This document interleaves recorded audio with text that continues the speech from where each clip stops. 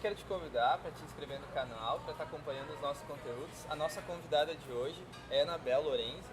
Anabel Lorenzi é mestre em literatura, professora da rede pública do município de Gravataí, foi vereadora por 2 mandatos e concorreu a prefeita de Gravataí por 2 vezes. Anabel é presidente do PDT no município.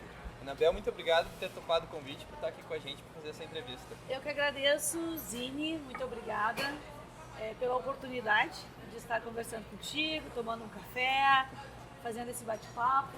Vai ser ótimo, tenho certeza, conversar contigo. Agradeço de coração. Professora Anabel, ser educadora no Brasil é sempre um desafio. Mas ser educadora em uma escola pública é muito mais desafiador. Isso porque os estudantes nas escolas públicas, eles vivenciam diversas condições precárias no seu cotidiano. Muitos alunos precisam lidar com a fome, com a violência, com o trabalho infantil e ir para a escola. Para esses alunos, muitas vezes é uma batalha diária. Como professora do município, você já precisou lidar com alguma situação parecida dessas citadas?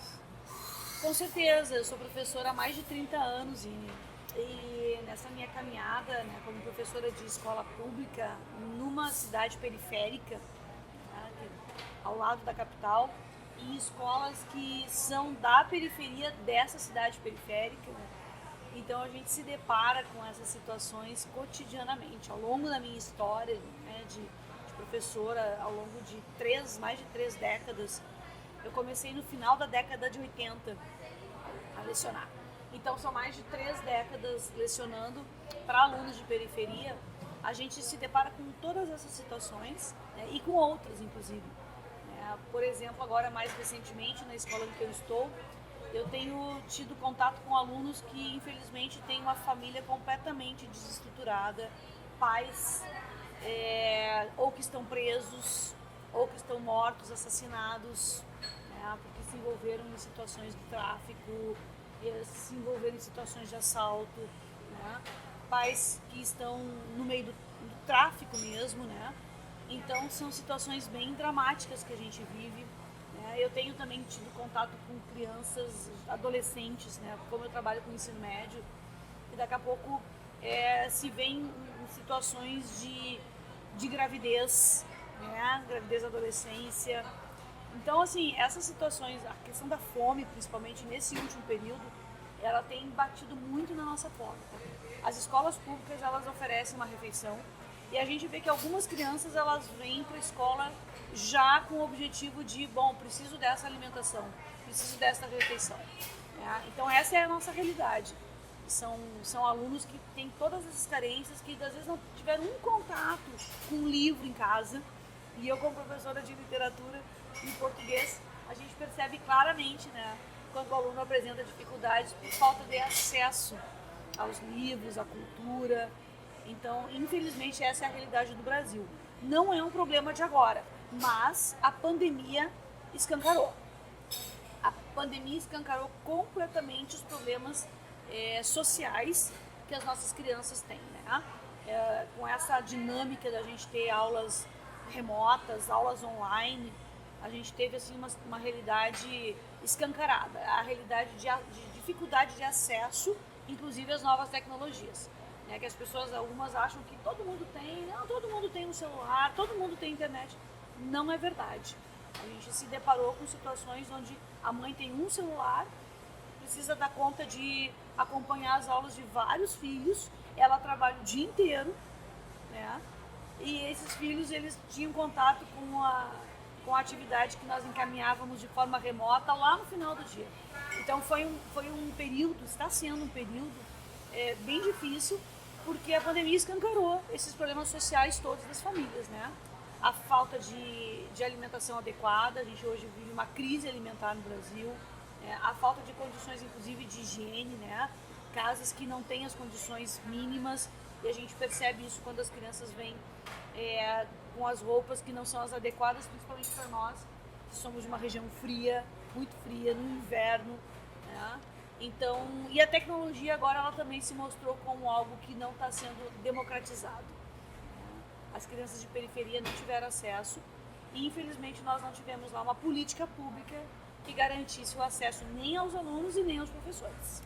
Nossa, A questão da desigualdade social escrachada, né? Escrachada, é bem isso. Nós somos um país, né, onde a desigualdade ela é brutal, a desigualdade social, e a pandemia ela aumentou essa desigualdade. A gente está percebendo que houve uma concentração maior de renda em quem já tinha renda, né, e quem não tinha ficou mais pobre, mais miserável ainda, tanto é os números aí de desemprego, né, de trabalho informal. Isso atingiu diretamente as nossas crianças, né, Zine? As crianças são as mais atingidas nesse cenário. Então tinha uma aluna esse ano que muitas vezes faltou à escola porque ela precisava ficar cuidando dos irmãos para a mãe trabalhar. A mãe chefe de família, né? Sozinha. Então, não que isso se só seja ruim, pode ter sido uma escolha, né? Tranquilo. Mas isso faz com que essa aluna adolescente, ela tenha que ficar em casa com seus irmãos pequenos e não pode vir à escola. Tá. Então, essa é uma realidade muito comum. Tá.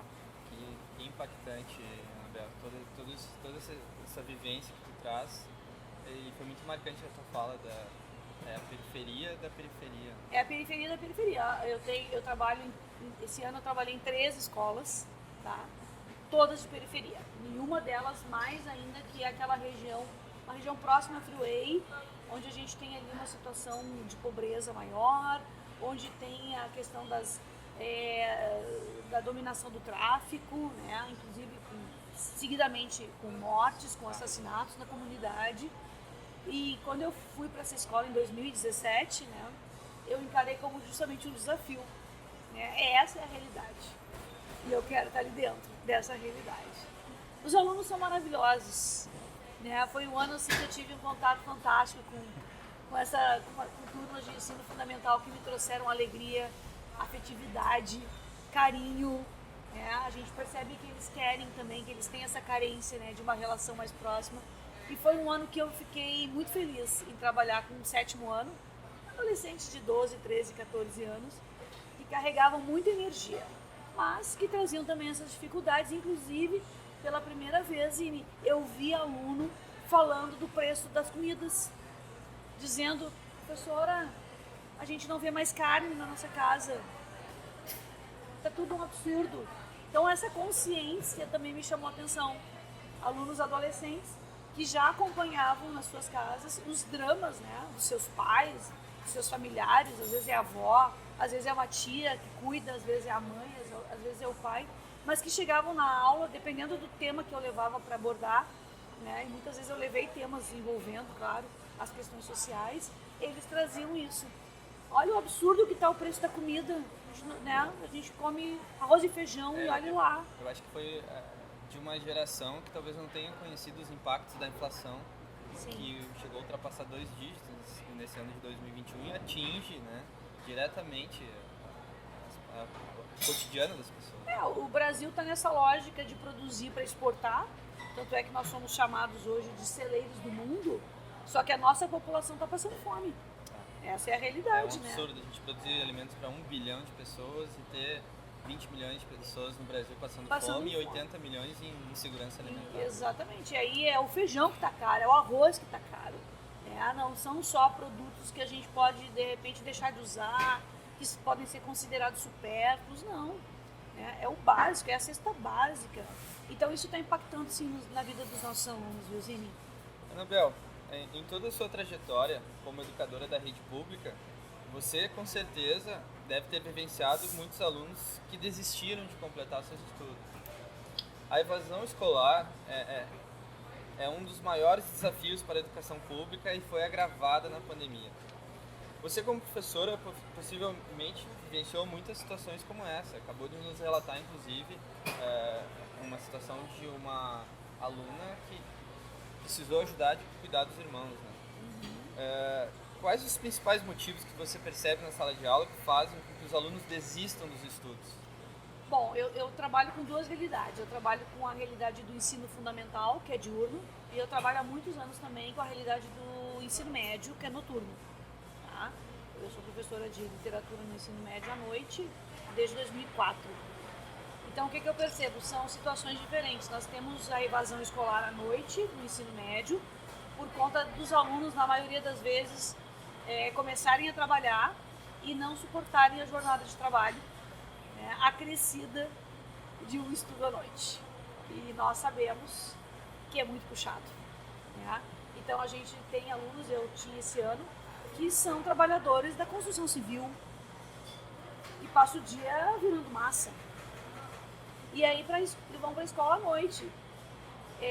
Muitos desistiram. Muitos desistiram porque a jornada de trabalho deles é grande, é puxada. E aí o noturno tem lá mais 3 horas e meia de estudo. Então ficou assim, fica para muitos alunos. Isso não é de agora, isso desde que eu iniciei com o ensino médio. A gente começa o ano com as salas lotadas e no final do ano a gente tem metade da turma talvez presente ou menos. Então a evasão escolar no ensino médio ela é gigantesca. Tá? Não chegamos a 50% que completa, que conclui, né, o terceiro ano do médio. Isso a gente tinha em torno de 10, 12 turmas de primeiro ano, e quando chegava o terceiro ano tinha 2, 3 turmas. Tá? Então a evasão, de fato, ela é muito pesada, muito grande no ensino médio, principalmente pela questão do trabalho. Muitos vão para o mercado de trabalho e a gente sabe por quê. Um país de desigualdade, né? Os jovens eles se obrigam a ir trabalhar para ajudar a família. Sabe que eu cheguei a ingressar na licenciatura, no ingresso diplomado, né? Uhum. E aí, porque o meu sonho é ser professor. Eu queria ser professor de matemática, física ou química, e aí acabei indo para engenharia química para não deixar de ver nenhuma das três. Né?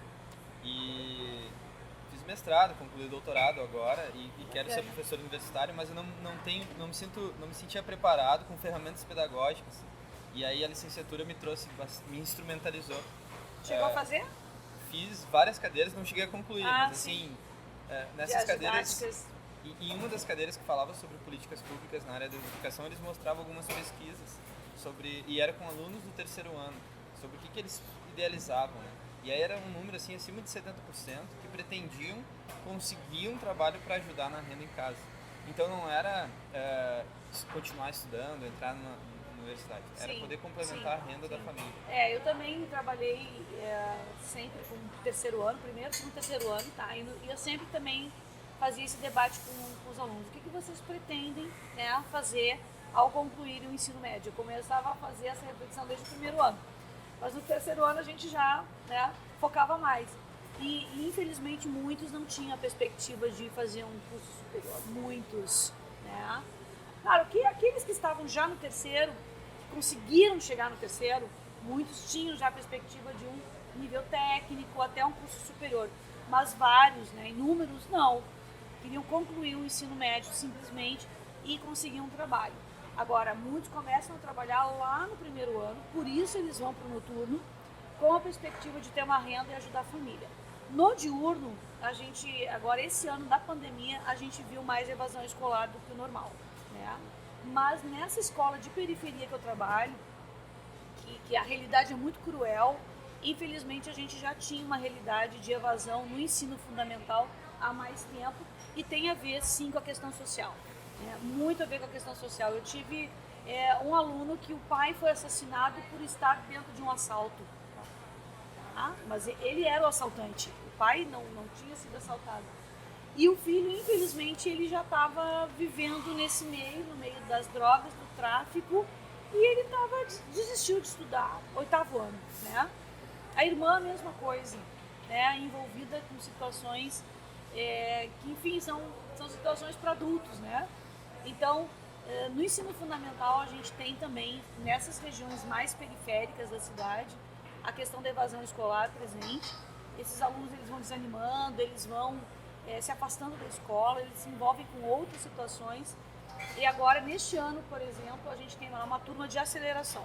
O que é uma turma de aceleração no ensino fundamental? É aquele aluno que ele está com a defasagem, né, série turma. Então ele tem 15 anos e está no 7º série. Tá? Ele já devia estar lá no ensino médio, com 15 anos, mas ele está na 7ª série, no 7º ano. Então a prefeitura de Gravataí criou, alguns anos atrás, as turmas de aceleração.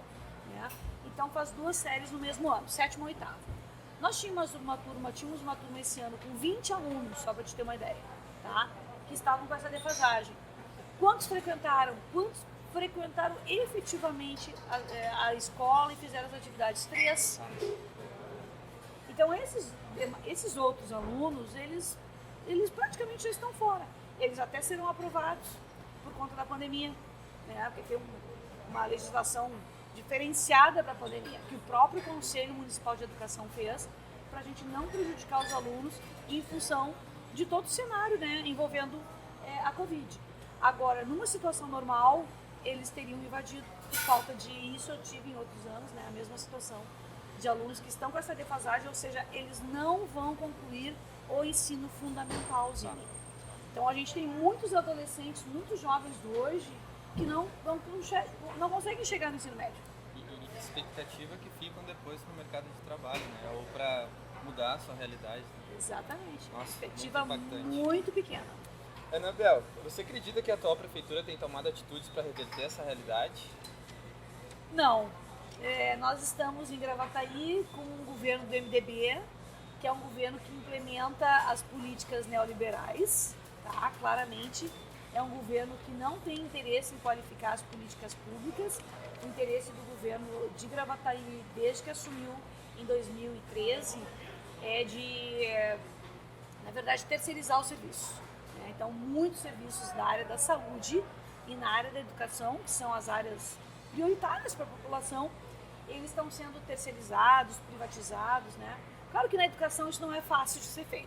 Né? Isso não é uma tarefa fácil, porque a educação tem toda uma tradição, né, de ser feita por servidores públicos, por professores concursados. Mas, infelizmente, lá o projeto pedagógico, por exemplo, ele é um projeto pedagógico comprado, pronto, de uma empresa de outro estado, que é o Positivo. O Positivo, se eu não me engano, é do Paraná, né? Então, desde 2013 a 2014, é este o projeto pedagógico implementado na rede, ou seja, não é um projeto pedagógico. É um conjunto de livros que foi adquirido e é jogado para as escolas. Ou seja, essa realidade difícil que a gente vive, que a gente enfrenta, que os nossos alunos enfrentam, ela não é levada em conta para pensar o projeto pedagógico. Então não tem como dar certo, Zine. Não tem como dar certo, não tem como a gente melhorar os índices. Apesar deles ficarem se vangloriando que nós melhoramos os índices do IDEB, a melhora é muito pequena, ela é assim por vírgulas, né? E não é isso que nós queremos não só índices melhores, mas nós queremos que o aluno de fato saia, né, com o seu processo de ensino-aprendizado qualificado. Mas nesse projeto que já vem pronto, pedagógico, da Rede Positivo, vocês têm liberdade como professores para estar fazendo os seus planejamentos? O projeto Positivo ele é implementado nas séries iniciais. Tá? Então eu sou das séries finais, então nós não usamos o Positivo. Agora, toda a base da educação, a gente sabe, ela está nas séries iniciais, é ali que tu forma o leitor, é ali que tu alfabetiza, é ali que o aluno tem a noção das primeiras operações matemáticas que vão dar suporte para ele, para tudo que vier na sequência, tanto na língua portuguesa como na matemática e nas outras disciplinas. Então, eu ouço muitos colegas, eu não sou das séries iniciais, a minha formação não é, né, para o currículo, mas há uma reclamação geral em relação ao projeto que não atende à demanda. Esse é um aspecto, Zine, tá? Que a gente sempre lembra, e todas as vezes que eu fui candidata a prefeita, a gente colocou isso como bandeira. Nós vamos romper com o contrato com a Positivo, tá? E nós vamos construir um projeto pedagógico com a rede. Porque a nossa rede é muito qualificada, ela tem inúmeros mestres, ela tem inúmeros doutores e não há por que contratar um projeto que custa 5 milhões ao ano, absurdo, e que não atende à realidade. O primeiro aspecto é esse. O segundo aspecto, nós temos hoje em Gravataí em torno de 3.000 professores, tá? É uma das maiores redes do Rio Grande do Sul. E, no entanto, nós temos uma defasagem salarial, nós temos uma desvalorização da carreira gigantesca. Então há um desestímulo, há uma desmotivação para a nossa rede. Nós temos inúmeros colegas que saíram, inclusive, da rede de Gravataí. Hoje nós perdemos, em termos salariais, para praticamente todas as redes da região, sendo que nós já fomos referência. Nós só perdíamos para Porto Alegre, mas Porto Alegre era a capital, né? E teve avanços significativos em várias gestões anteriores. Até o Marquesano. Até o Marquesano assumir. Mas até ali era uma rede imbatível, né? E Gravataí era a segunda. Hoje nós perdemos para Cachoeirinha, nós perdemos para Alvorada, nós perdemos para Viamão, né? Ou seja, os professores hoje têm o salário praticamente congelado há mais de 5 anos. Com a inflação, com o aumento de preço, né, do combustível, dos alimentos, os professores hoje em Gravataí estão sobrevivendo. Então, assim, não é só uma questão salarial, é também uma questão moral. Quando o professor não é valorizado na sua carreira, ele sofre um abatimento moral. Claro que a gente sabe que isso é em todo o país. Há um ataque hoje sistemático, né, aos professores em todos os níveis, nível municipal, estadual, federal. A todos os servidores públicos. Todos os servidores públicos. Mas parece que os professores são o principal alvo, né? Porque tem toda uma questão ideológica, né? Um ataque ideológico aos professores, como se nós fizéssemos a cabeça dos alunos, né? Na medida em que a gente faz os alunos pensarem, e a gente precisa fazer eles pensarem. Falando nesse ataque ideológico, o próprio presidente da República estimula com que sua base grave em sala de aula situações com os professores. Já ouviu falar de relatos em Gravataí que tem acontecido isso por alunos que, instigados pelo presidente da República, têm tido esse tipo de comportamento? Sim, em 2018, né, que foi o ápice do movimento do MBL e que propôs a escola sem partido, né, deve lembrar, a escola sem partido nada mais era do que justamente uma tentativa de censura de professores, uma tentativa de cerceamento de professores, para que na sala de aula nós não pudéssemos fazer o que nós necessitamos fazer, que é o livre pensamento, né? Na sala de aula a gente precisa exercitar o livre pensamento, nós professores e os alunos precisamos colocar ali todas as ideias na mesa e fazermos as análises, as críticas, as reflexões necessárias. E ali no auge, né, daquele movimento escola sem partido, eu me lembro de alunos questionando se a gente fazia uma avaliação mais política, mais crítica. Mas, professora, a senhora não pode falar isso. Eu ouvi isso de aluno. Mas eu tinha uma ótima relação com eles e eu parava a aula justamente para problematizar por que eu não posso, né? O que está em jogo, o que está por trás disso. Então era interessante porque com isso a gente podia fazer um debate mais profundo. Mas inúmeras vezes eu pensei, nossa, posso estar sendo filmada, né? E não que eu não pudesse, a gente até pode, mas o uso disso, né? Qual é o uso que vai ser feito? Então, é um constrangimento, né? É um constrangimento. Então, a gente teve uma deputada em Santa Catarina que propôs, né? Que incentivou nas redes sociais, não sei se tu lembra, eu sei que eu até trabalhei esse tema esse ano com os alunos, porque eu peguei várias reportagens daquela época e a gente fez um debate, uma análise, né? Das várias manchetes dadas, porque ela fez um projeto de lei para impedir que os professores se manifestassem livremente. Ela foi para a rede social dela, incentivando os alunos a filmarem os professores. Isso foi polêmica em todo o Brasil. E esse ano eu trabalhei esse assunto, foi bem interessante, porque esse ano já não está tão forte, né, isso. Mas em 2018 foi muito forte. Eu vivi isso na sala de aula com um aluno que estava, inclusive, frequentando, se eu não me engano, algo do Exército, uma escola do Exército, então ele trouxe toda aquela cultura para a sala de aula. Sabe que te ouvindo assim, tá me dando vontade de ser teu aluno. Não, mas foi punk, a gente viveu, infelizmente, uma coisa que eu nunca tinha vivido nos 30 anos de professora, que foi o medo. Tá. O medo. Impactante. É impactante, foi. Ana Bel, há um sucateamento cruel da educação pública na esfera estadual. Já na esfera municipal, há diferenças enormes na qualidade de educação em cada município, que depende principalmente do empenho do gestor e das condições socioeconômicas do município. Qual a sua opinião sobre a educação em Gravataí? Há estrutura suficiente para garantir educação de qualidade aos alunos? Eu já estava te falando na outra questão, né, e agora só vou reforçar. Ou seja, nós temos problemas em vários âmbitos em Gravataí.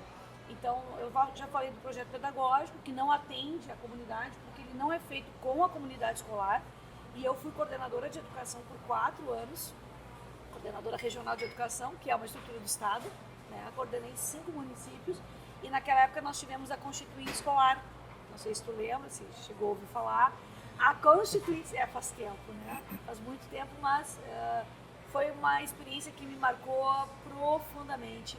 Nós construímos um projeto pedagógico para o estado do Rio Grande do Sul, com toda a comunidade escolar. E a comunidade escolar é composta por 4 segmentos: professores, pais, alunos e funcionários. Ou seja, o projeto pedagógico ele não pode ser imposto de cima para baixo. E hoje, além de ser imposto, ele é comprado. Ele virou uma mercadoria. Ele gera lucro para uma empresa e sabe-se lá o que mais ele gera, né? Em termos de recursos financeiros. Agora, ele não atende às demandas da comunidade. Então, naquela época, Zine, nós construímos, através desse processo chamado de Constituinte Escolar, olha que bonito, né? Uma Constituinte, aos moldes do que foi a Constituinte, para construir a Constituição Federal em 88, nós fizemos a Constituinte ao longo de 4 anos, foi uma experiência que durou 4 anos, onde todos os segmentos participaram. Então eu vivi isso, eu coordenei isso lá na região, e agora para mim é muito impactante ver uma prefeitura, que é uma estrutura menor, não conseguir fazer isso, né, com a sua rede.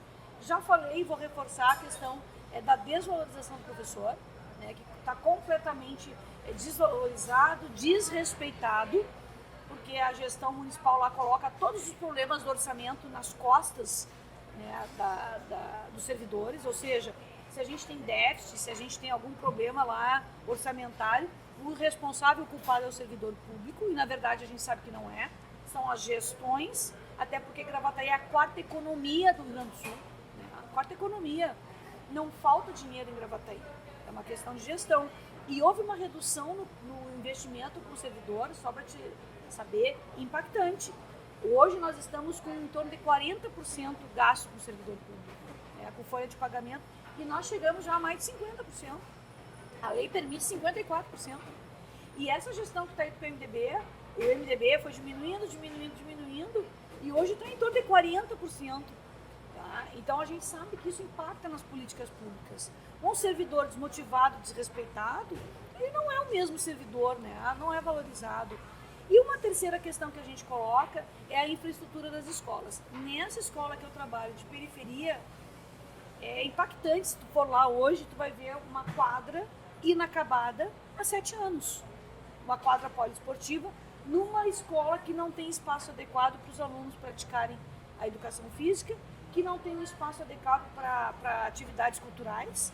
Tem uma quadra inacabada há 7 anos. 7 anos, Ine. Sendo que o prefeito lá municipalizou 2 trechos de rodovias estaduais que não eram da nossa responsabilidade, que não eram da nossa competência, fez empréstimo para duplicar, enquanto tem uma quadra dentro de uma comunidade pobre que não é concluída. Então temos um problema de infraestrutura das escolas e, por fim, quero citar um problema de gestão.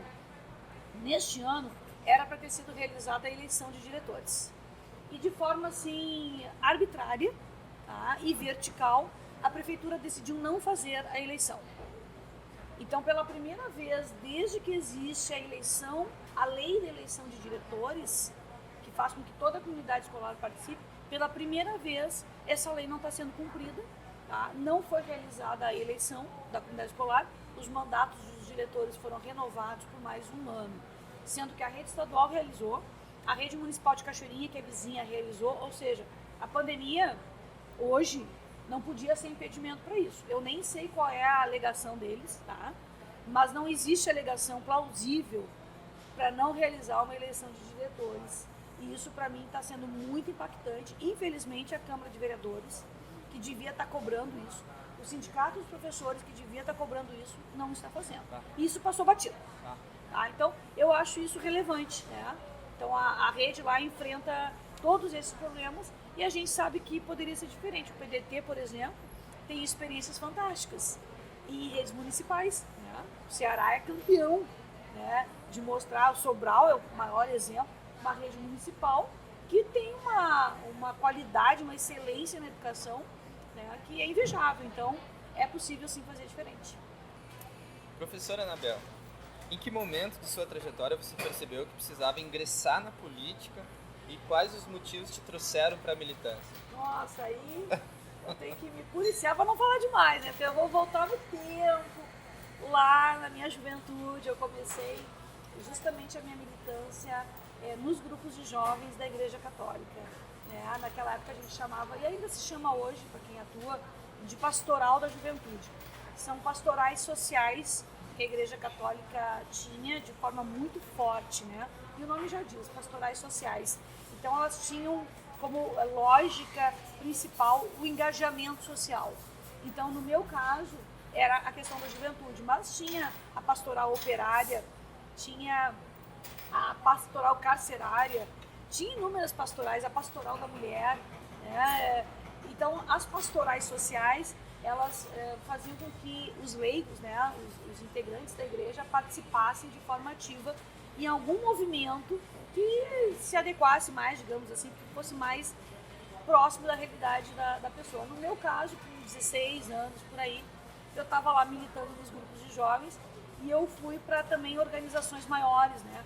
Eu era coordenadora local, daí eu passei para a coordenação municipal, aí eu estava na coordenação regional. Quando eu vi, eu estava na coordenação estadual do negócio, né? Eu sempre fui meio falante, assim. E, claro, eu fui tendo contato com outras pessoas que foram me mostrando a necessidade também da participação política, na vida político-partidária. Então, com 18 anos, eu me filiei a um partido político daquela época, o Partido dos Trabalhadores. Isso foi na década de 80, 87. Eu estava com 18, 19 anos. Então, assim, foi uma coisa muito natural. Foi uma coisa que aconteceu e foi, de fato, natural, porque a lógica, né, das nossas reflexões todas eram: a gente precisa mudar essa realidade. A gente fazia muita análise de realidade, análise de conjuntura. Né? As nossas inspirações eram Frei Beto, Leonardo Boff. Então, com essas leituras muito críticas da realidade, e eu me lembro até de um livrinho, eu tenho até hoje, né? Como fazer análise de conjuntura. Então, a gente, nossa, era análise de conjuntura. Os nossos encontros começavam, imagina, no encontro de igrejas, começava com análise de conjuntura.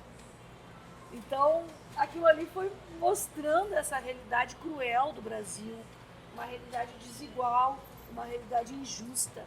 E, ao mesmo tempo, né, os princípios cristãos, nós líamos muito o Evangelho. Né? Nós não éramos apegados ao Antigo Testamento, nós líamos, né, o Evangelho que mostrava a vida de Jesus e os seus ensinamentos. E a gente observava sempre, analisava, via um Jesus muito real, muito crítico. Né? Um Jesus que não morreu de acidente de camelo. Frei Beto que gosta de dizer isso. Ele não morreu de acidente de camelo. Ele morreu pregado numa cruz porque ele contestou um sistema. Ele contestou um regime, ele contestou o poder. Então, nós, inspirados por essa mensagem, né, a gente refletia, tá, mas o que nós podemos fazer para mudar essa realidade? E aí a participação na política era uma coisa assim, óbvia. Precisamos participar da política, porque a política é que tem condições de chegar ao poder e fazer as mudanças estruturais e profundas que o Brasil precisa, para não sermos assistencialistas. Porque muitos vão para aquele caminho do assistencialismo, que também é interessante, é necessário. A pessoa está passando fome, nós precisamos dar de comer. Né? O próprio Jesus disse isso, dar de comer. Mas nós precisávamos pensar em mudanças a longo prazo. Nós precisávamos pensar em mudanças estruturais. Então, eu me lembro que nós falávamos muito de uma divisão das ações. Né? As ações assistencialistas e as ações transformadoras. E participar da política fazia parte das ações transformadoras. Então, eu me filiei a um partido político, comecei a militar e, em seguida, também já estava nas estruturas do partido, nas direções partidárias. Fui presidente do PT, né? Eu me filiei em 87 e 97, 10 anos depois, eu era presidente do PT de uma das maiores cidades do Rio Grande do Sul, no momento em que o PT ganhou a prefeitura da cidade. Foi ali que eu fui presidente do partido. Então, e na sequência, em 98, coordenei a campanha lá em Gravataí, do governador que se elegeu, o Olívio Dutra, Em 99 eu assumi como coordenadora regional de educação para implementar, né, esse projeto inovador, transformador na área da educação. E eu sempre lembro daqueles 4 anos, eu fui 4 anos coordenadora, tá? Como anos que transformaram a minha vida e que para mim foram um doutorado. Eu tinha feito mestrado, tá? Eu não fui pro doutorado porque eu fui para política, não deu mais para fazer doutorado, mas aquela experiência foi o doutorado. Então, foi essa a minha trajetória, assim, bem rapidamente, né, Zine? E eu só fui me eleger vereadora depois dessas experiências todas, né? Eu não entrei assim no partido, vou concorrer. Não, eu vou militar, eu vou trabalhar, eu quero mudar o mundo, né? Concorrer não estava no meu horizonte.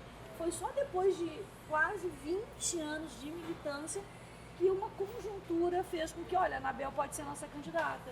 E não fui nem eu que disse, eu quero concorrer. Um grupo que eu participava, a Anabel pode ser nossa candidata, depois de ter sido coordenadora de educação. E eu fui, aí encarei desafio e me elegi 2 vezes vereadora, fui presidente da Câmara. E no segundo mandato, presidente da Câmara, da 4ª economia do Rio Grande do Sul, né? Administramos lá 15 milhões naquela época.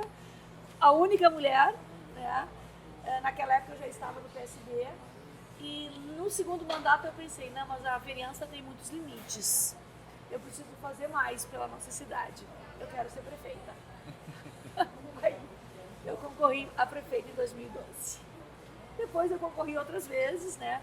A deputada federal, a prefeita de novo, sempre tentando aproveitar, Zine, as eleições como um momento pedagógico. Como boa professora, né? Eu sempre dizia, gente, a gente quer ganhar a eleição, sim, mas a gente não quer só ganhar a eleição. A gente quer transformar esse momento da eleição num processo pedagógico. Então, fiz toda uma série de processos participativos, que acho que não vou contar hoje, vou deixar para um outro momento, que é bem longo, né? De construção do programa de governo, de participação da comunidade para a gente construir esse programa de governo, justamente para transformar a eleição num processo pedagógico de construção de consciência crítica. Não só o voto na urna, isso é muito pouco para o Brasil. A gente tem uma democracia muito limitada, né, Zine? A formação da nossa população é limitada, do nosso povo. Olha os dados que a gente tem da educação, né? Olha quantos alunos não chegam no fundamental completo, no ensino médio. Como é que a gente vai querer um voto crítico? Muito difícil. Eu não espero isso da população. E mesmo quem tem a educação concluída...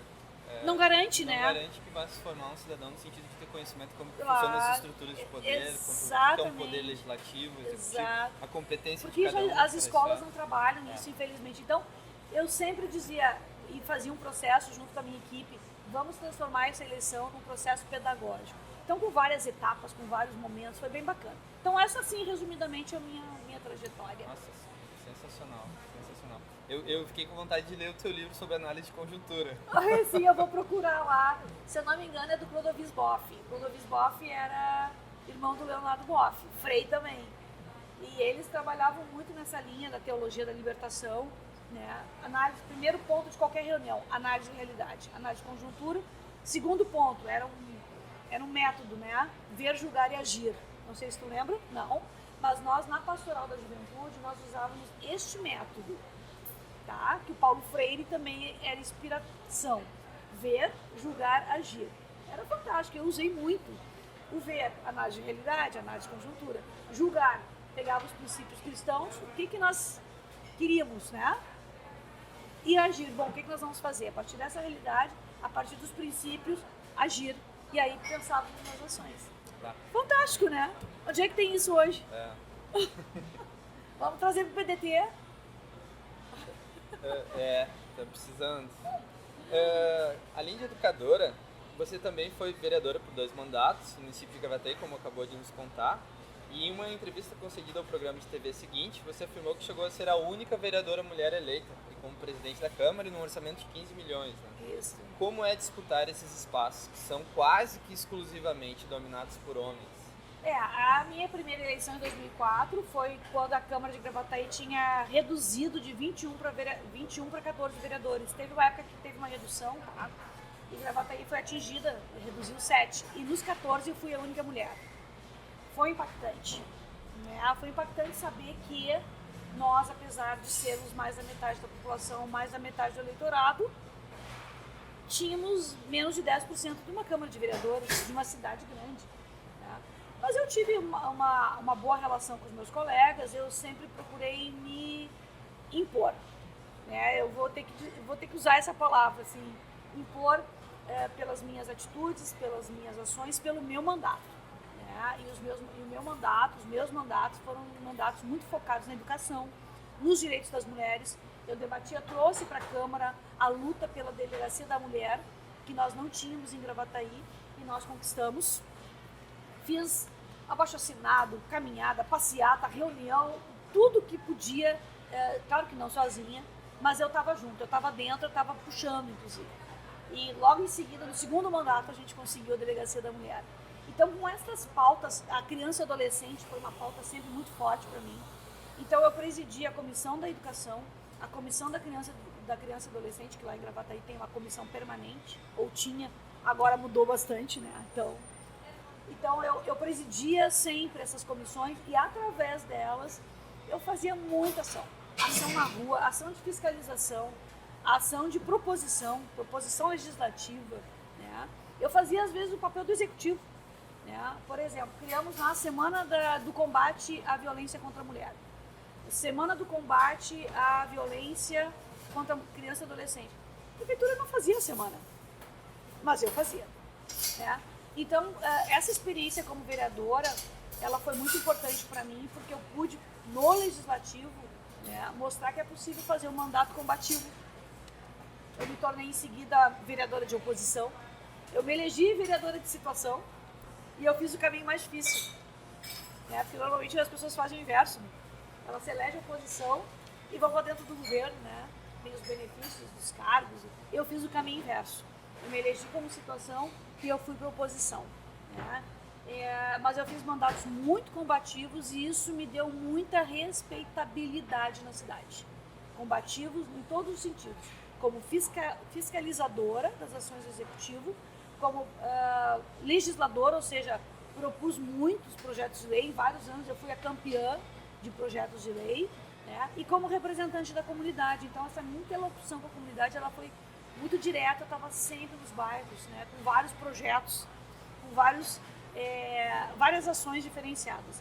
E isso me deu muita respeitabilidade como mulher, né? Como uma mulher combativa. Tanto é que eu concorri a prefeita em 2012 e eu fiz 40 mil votos em 2012, tá? Justamente pelos mandatos. Né? Eu era uma mulher professora. E a gente sabe que isso tem um peso, infelizmente, até negativo, né? Hoje na sociedade. E naquela época, pelos mandatos, eu consegui mostrar que nós temos muita capacidade, total competência, de igual para igual com os homens, né? Ou até maior. Então, claro que a questão não é uma competição, né? Não é uma competição, mas para a gente superar o machismo, a gente precisa de muita caminhada ainda. Então, eu tenho consciência, assim, que com os meus mandatos eu ajudei muito nesse processo. Com certeza. E fiquei muito feliz de ter feito, né, muitas coisas nesse sentido. Tô por ti. Ser professor e não lutar é uma contradição pedagógica, como dizia Paulo Freire. O que essa frase significa para ti? Olha, quando eu li essa frase, assim, agora no teu roteiro, eu fiquei impactada, porque a gente não conhece todas as frases do Paulo Freire, né? E eu acabei de ler um livro dele, reler um livro dele, e, nossa, parecia que eu estava lendo pela primeira vez, né? Uma escola chamada Vida, que ele escreveu em parceria com o Frei Beto.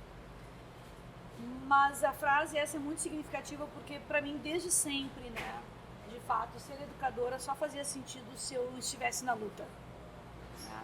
Por isso, inclusive, logo no início da minha carreira, eu também me filiei aos sindicatos professores e atuei na segunda direção que teve lá, do sindicato em Gravataí. Na segunda direção, eu já estava dentro dela.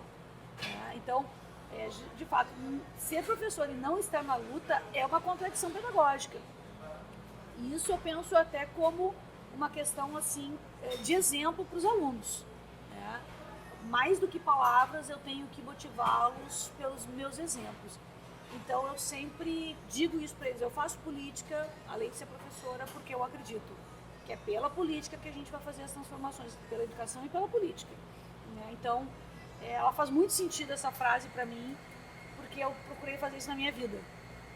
né? Não fiquei só no campo teórico, né? Eu procurei, e até no campo teórico eu queria ter feito mais, eu queria ter estudado mais, eu queria ter me aprofundado mais. Mas eu fui muito para ação política. Mas eu acho que nessa parte do campo teórico, que a gente tinha comentado no começo da entrevista, eu não fiz um doutorado, mas assim, o doutorado às vezes parece ser limitado, tão ali focado numa área e tu te aprofunda naquela área. Sim. Mas essa experiência que tu teve de vida, com essa... Eu acho que tem um valor até maior do que um título. Sim, eu senti isso, né? Como eu te falei, nas minhas experiências de coordenadora de educação. Eu tinha 30 anos, imagina, 30 anos. Eu coordenei uma rede com 80 escolas, com 5 mil professores, com 80 mil alunos. É responsabilidade gigante sobre a vida das pessoas. Então eu saí de lá com essa sensação, eu fiz um doutorado, né? Eu só não ganhei o título. Então, essas experiências todas me marcaram muito e elas me fizeram, elas me formaram. Foram todas experiências de vida na luta. E te digo assim, porque eu acabei de terminar um doutorado. E aí, às vezes, quando eu estou conversando com companheiros do partido que tiveram diversas vivências como a tua, eu fico pensando, poxa, como é limitante ali, né? Porque e essas experiências também têm muito valor, sabe, Anabel? Tem. Então, não me arrependo de absolutamente nada, nem de não ter feito doutorado. Porque a experiência do mestrado já me fez ver isso. No mestrado a gente também tem que focar, tem um tempo, uma energia toda gasta ali, é muito bacana, muito legal. Mas chegou um ponto que eu não conseguia mais, porque eu precisava militar e eu fiz uma escolha de vida. Eu escolhi militar, né? E isso exige muito, então, porque eu me dedicava muito, 24 horas. Os meus mandatos, a minha experiência de coordenadora, infelizmente a minha família sentiu muito isso, né? Eu tenho 3 filhos e eu vivi tudo isso com eles criança. Nossa. Eu tive a grata felicidade de ter uma família que me deu suporte. Um pai e uma mãe que ajudaram, meu pai e a minha mãe, que me ajudaram muito a cuidar desses meus filhos, para eu sair de manhã cedo e voltar tarde da noite. E tranquila, que eu sabia que eles estavam sendo bem cuidados e que a minha mãe mandava eles para a escola. Né? Claro que eu chegava em casa altas horas da noite e ainda às vezes eu ia lá olhar os cadernos. Né? Fazia isso, a minha filha que lembra. Né? Mas, enfim, eu vivi isso, né? A minha experiência minha maior experiência pedagógica foi na luta, nas lutas. Então foi de uma riqueza fantástica, os meus mandatos, as minhas eleições, por mais duras, e mesmo os resultados não sendo bons, como as eleições, as candidaturas a prefeita, na verdade foram 4 candidaturas a prefeita que eu perdi, elas todas foram experiências pedagógicas que me transformaram. Pelas pessoas que eu convivi, pelas pessoas que eu conheci, pelos contatos que eu tive, pelas reuniões e pelos processos de construção de programa de governo, de discussão sobre a cidade. Foi tudo maravilhoso nesse sentido para mim, porque eu primava muito por isso. Essas experiências, né, de diálogo, de construção coletiva. Então, eu me senti assim, de fato, estudando, né? Estudando e aprendendo, e Paulo Freire é inspiração para nós nesse sentido. Para a gente fechar o nosso café, uma das perguntas mais esperadas pelos nossos telespectadores, para você, Anabel, mestre em literatura, qual livro marcou sua vida? Nossa, eu achei essa pergunta a mais difícil de todas. A mais difícil. Porque como professora de literatura e amante da leitura, independente de ser professora, eu gosto de ler. Vários livros me marcaram, vários. Eu disse, como é que eu vou escolher um? Essa pergunta não pode ser feita para uma professora de literatura que ama livros, né? Não pode, porque vários me marcaram e em cada fase da vida um livro ou mais me marcou. Né? Então eu poderia te citar livros do Érico Veríssimo, que na minha juventude me marcaram. O Tempo e o Vento, por exemplo, me marcou na minha juventude, quando eu estava lá no ensino médio ainda, não tinha nem ingressado no curso de letras, eu já tinha lido todo o Tempo e o Vento, que são 7 volumes. Uma obra que, nossa, eu li todos do Érico Veríssimo, né? Tanto é que o mestrado, a minha dissertação de mestrado foi sobre as personagens femininas do Érico. E quais personagens femininas? Aí esses dias eu fui falando com alguém sobre isso. A Ana Terra do Érico Veríssimo é Não, eu escolhi. A Ana Terra é a mais famosa, né? Eu escolhi as personagens urbanas do Érico, que é a Clarissa, a Fernanda e a Olivia. E eu fiz uma análise comparativa entre as três, que pra mim elas eram muito parecidas, mas enfim, eu me apaixonei por elas, né? Porque eu me identifiquei com elas. Completamente sonhadoras, idealizadoras, né? Então, o que eu fiz? Eu peguei uma coisa lá da minha juventude, da minha adolescência e levei pro meu mestrado. Foi muito legal. Então, Érico Veríssimo me marcou muito, o Tempo e Vento me marcou muito. Depois eu tive a fase do Saramago. Nossa, comecei a ler Saramago, José Saramago, o nosso, né, é o que ganhou o prêmio Nobel, né, na língua portuguesa. Então, a Caverna, o Ensaio sobre a Cegueira, o Evangelho segundo Jesus Cristo. Eu não tenho como te dizer qual deles eu gostei mais. Tá? O Evangelho segundo Jesus Cristo, não leu? Leia. É maravilhoso. E agora, nesse último, mais recentemente, eu estou lendo leituras diversas, livros que eu não tinha lido e que estavam sempre no meu horizonte e eu queria ler, sabe? Estava na prateleira e eu não li, eu quero ler. Então, recentemente, A Casa dos Espíritos, da Isabel Allende. Maravilhoso. Quero te agradecer muito por ter topado o convite, estar aqui com a gente, foi fantástico essa entrevista contigo. Eu espero que muitos jovens possam assistir, se inspirar na tua história, na tua trajetória. E pra gente que está começando no mundo da política é muito bom poder encontrar uma liderança com toda essa energia, esse repertório e poder multiplicar isso pelo Rio Grande do Sul, né? Plantar muitas rosas vermelhas pelo estado. Eu fico muito feliz, primeiro, de estar conversando com o Zine, uma pessoa assim muito bacana, um jovem também que está aí com muito dinamismo, fazendo muitas coisas lindas, né? Por exemplo, essas de estar usando a rede social para divulgar, né, o que o PDT tem feito, divulgar o que as lideranças têm feito. Isso é fundamental, Zine. Então, parabéns para ti por todo o teu empenho, né? Eu também me inspiro em ti, né, nessa tua iniciativa. Quem sabe eu vou fazer algo parecido lá por Gravataí, vou te convidar.